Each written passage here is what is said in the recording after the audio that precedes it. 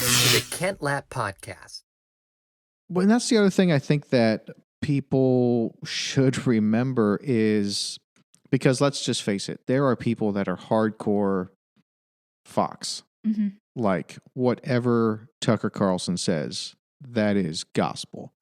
And there's also people that are hardcore CNN, you know, and whatever those people say, like that's just like they believe it hook, line, and sinker. And I think that's just foolish, you know? Like it's not that you should distrust everything, but and here's partly why. And there is a finite amount of time that these reporters and news stations have. I mean, there's obviously not an infinite amount of stories, but there is so much going on in your city, in your state, in the country, in the world, and you can't report on all of it. Like you have finite time, finite resources. There are choices that get made about what gets reported and what doesn't.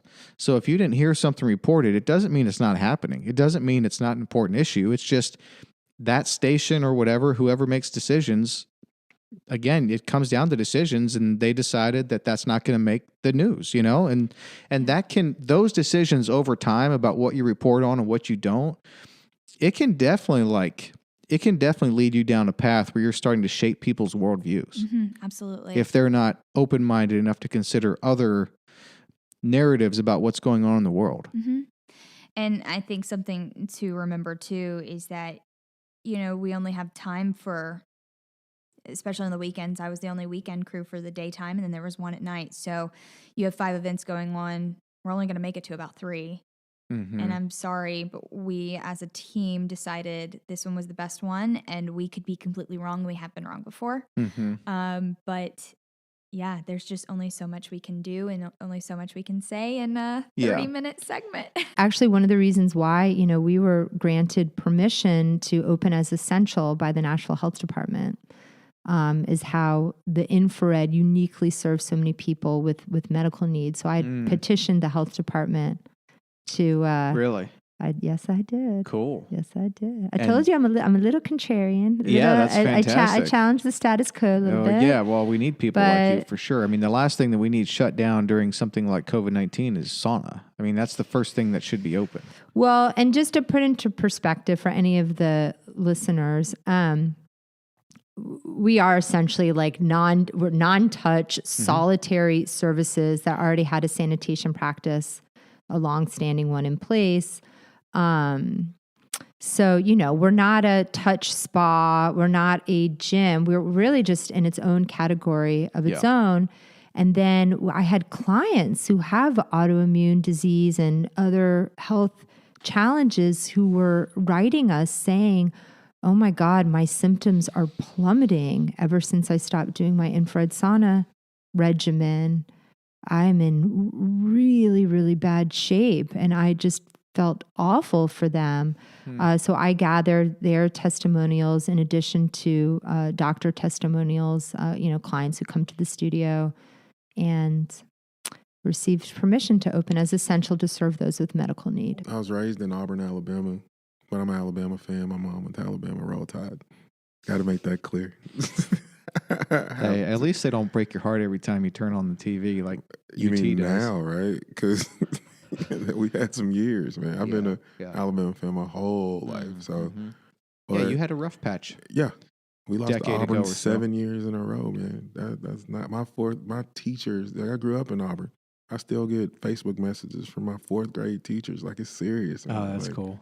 But my grandparents, man, they instilled that in me from a young age that I'm important, I'm special. No matter any funny story, my first date ever, okay? I think I was 16, and this girl I liked, we were gonna go to the movies.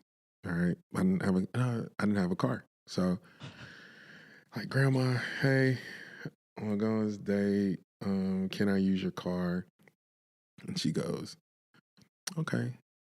But the girl had called me and said, hey, look, like, I think the movie started at 5 or something. She said, but can you come and pick me up early because my parents want to meet you? I'm like, all right. I tell my grandma, I say, hey, Grandma, movie starts at 5. I need to use your car, but I got to leave kind of around 4-ish because her parents want to meet me. My grandma goes, okay, well, we'll leave at 3:30 because I want to meet them too. We don't just let our grandson go out with anybody. Whoa. And my girl, now this is some deep, profound stuff. At 16, I felt no. Yeah. But my grandma got in the car with me. We drove over to the girl's house. She meets the parent. It turned out that my grandma ended up knowing the girl's mom, and so it was like, cool and everything. Yeah. My grandma, she said, yeah, we had to come see who y'all were because we don't just let Jason go out with anybody. So it has a lot less to do with gender, because I believe everybody, man and woman, has both masculine and feminine essence, energy flowing through them. I believe God is both masculine and feminine. I believe that's why marriage is so powerful, and why it's such a powerful picture of God, because of that.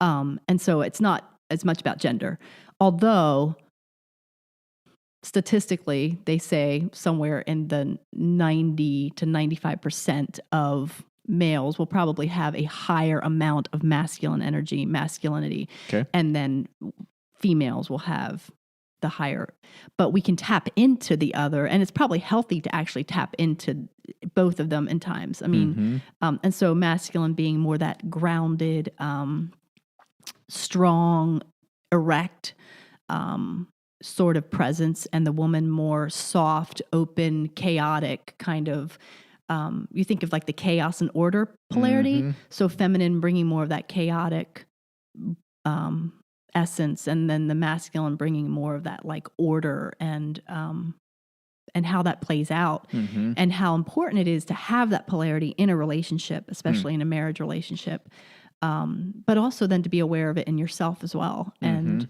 to know how to tap in and when it's out of balance, or when it's needed, or when it's, and I grew up in a culture where I saw much more, even in women, I saw much more of the masculine essence growing up. That strong German workhorse. You pull up your bootstraps and you just in the get women things too. done. Yes. That's interesting. So it's been a very fascinating, kind of uncomfortable, disorienting journey for me to kind of figure out and find what the feminine essence looks like in me. Where do you get your smarts? How long have you been a pastor? So my mama told me that when I was 3 years old, she heard a noise down the hallway, and I had stacked up some cardboard boxes in my bedroom and was standing behind my little pulpit, and I was preaching, and she said I was just... No way. Yeah. I don't, of course, remember this, but she said, yeah, you were in there, you stacked up these boxes, and you were standing behind this little cardboard pulpit you had made, and you were just going, and God, and God, and God. Of course, now I'm a Calvinist, and so that sermon would be, but God, but God, but God. That's true. That's the difference, isn't it? That's the difference. My man. There you go. In a nutshell. That's a pretty key difference, isn't it? It's one word, but it makes a big difference. I don't mean to flame my That's Arminian funny. friends and brothers and sisters, but I'm just putting it out there. In God, but God. Yeah. So 3 years old. Yeah, and so I think my whole life, I love Jesus, and he's everything. Mm-hmm. Jesus is everything to me.